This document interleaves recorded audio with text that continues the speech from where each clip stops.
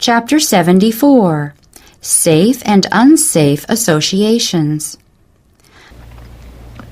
Every association we form, however limited, exerts some influence upon us. The extent to which we yield to that influence will be determined by the degree of intimacy, the constancy of the intercourse, and of our love and veneration for the one with whom we associate. If we place ourselves among associates whose influence has a tendency to make us forgetful of the high claims of the Lord upon us, we invite temptation and become too weak in moral power to resist it. We come to partake of the Spirit and cherish the ideas of our associates, and to place sacred and eternal things lower than the ideas of our friends. We are, in short, leavened just as the enemy of all righteousness designed we should be. The young, if brought under this influence, are more easily affected by it than those who are older. Everything leaves its impress upon their minds. The countenances they look upon, the voices they hear, the places they visit, the company they keep, and the books they read. It is impossible to overestimate the importance for this world and the next of the associations we choose for ourselves, and more especially for our children. The world is not to be our criterion. We are not to associate with the ungodly and partake of their spirit, for they will lead the heart away from God to the worship of false gods. The steadfast soul, firm in the faith, can do much good. He can impart blessings of the highest order to those with whom he associates, for the law of the Lord is in his heart. But we cannot willingly associate with those who are trampling upon the law of God and preserve our faith pure and untarnished. We shall catch the Spirit, and unless we separate from them, we shall be bound up with them at last to share their doom. It was by associating with idolaters and joining in their festivities that the Hebrews were led to transgress God's law and bring his judgments upon the nation. So now, it is by leading the followers of Christ to associate with the ungodly and unite in their amusements that Satan is most successful in alluring them into sin. Come out from among them, and be ye separate, saith the Lord, and touch not the unclean.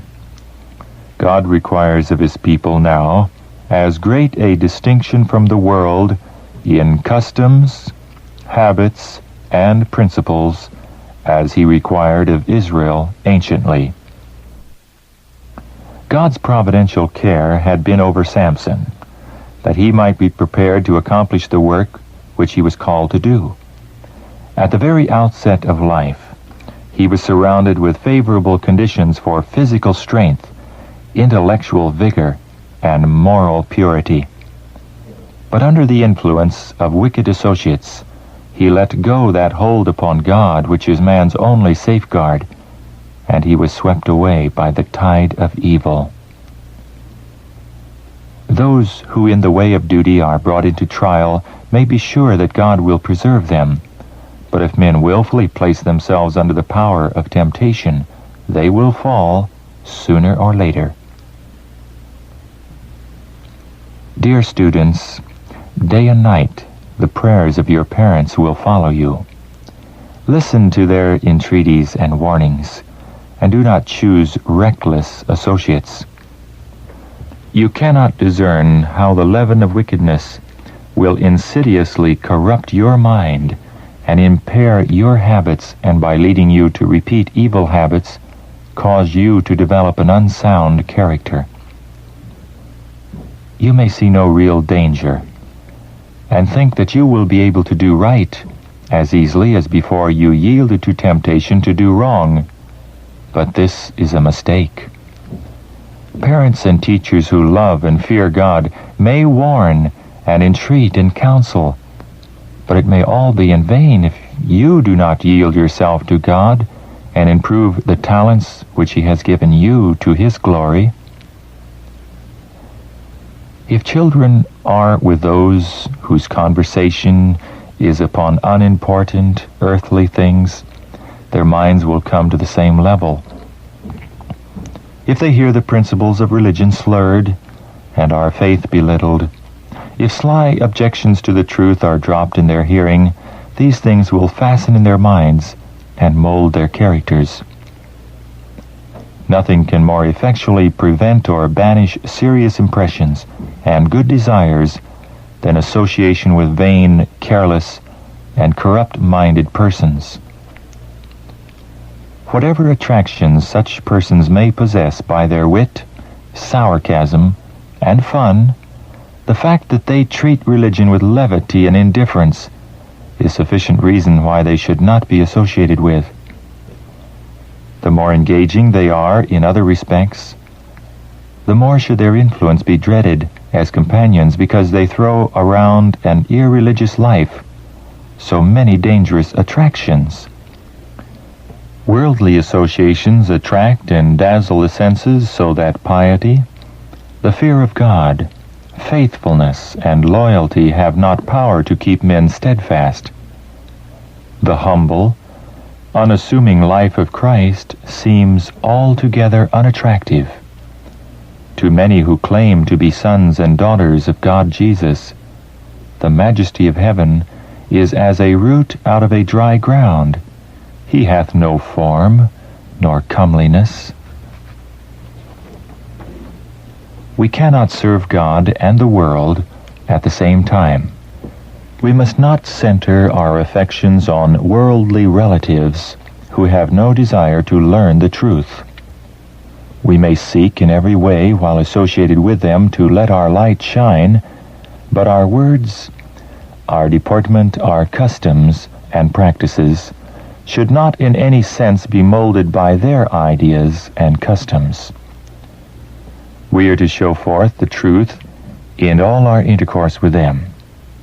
If we cannot do this, the less association we have with them, the better it will be for our spirituality. It is wrong for Christians to associate with those whose morals are loose. An intimate daily intercourse which occupies time without contributing in any degree to the strength of the intellect or morals is dangerous.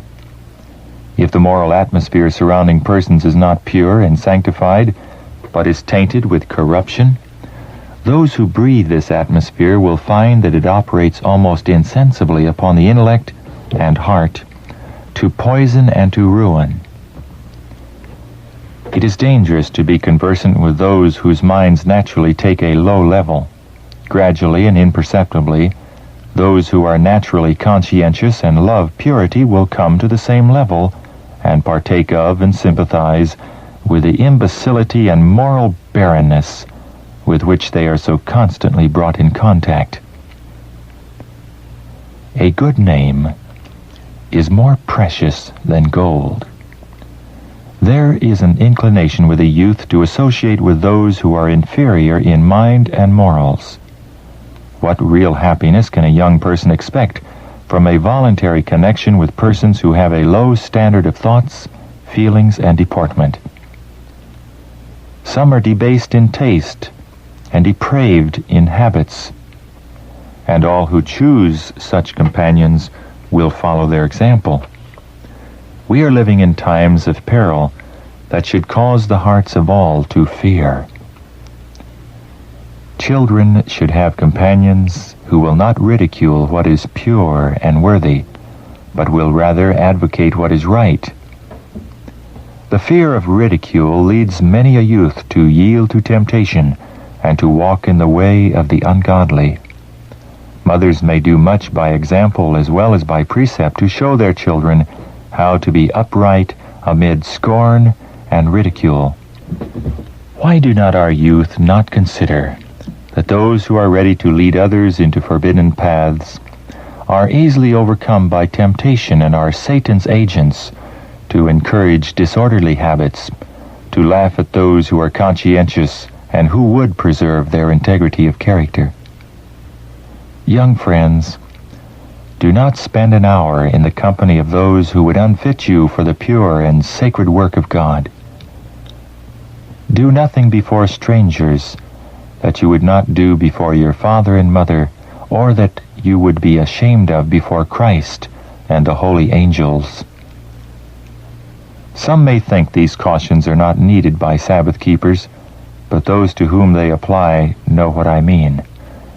I tell you, young men, to beware, for you can do nothing that is not open to the eyes of angels and of God.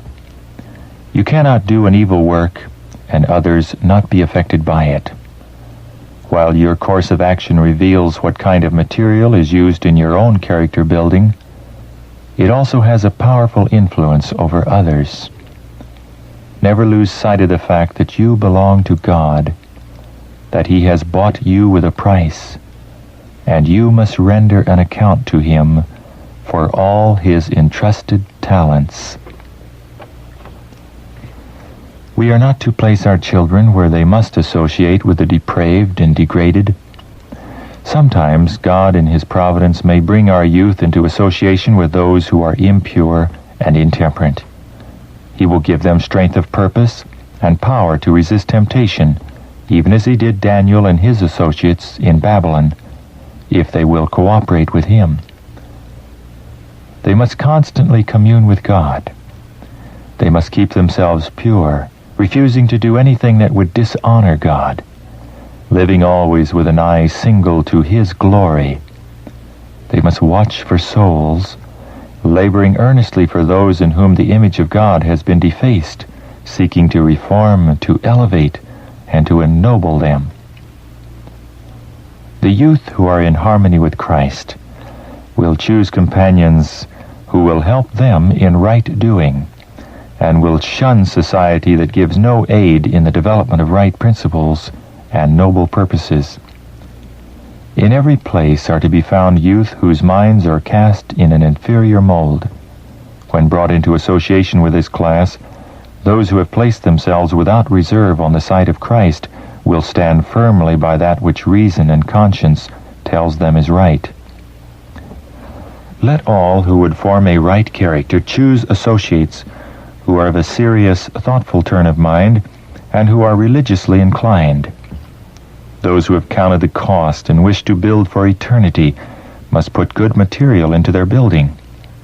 If they accept of rotten timbers, if they are content with deficiencies of character, the building is doomed to ruin. Let all take heed how they build. A storm of temptation will sweep over the building, and unless it is firmly and faithfully constructed, it will not stand the test. By association with those who walk according to principle, even the careless will learn to love righteousness, and by the practice of right doing there will be created in the heart a distaste for that which is cheap and common, and at variance with the principles of God's Word.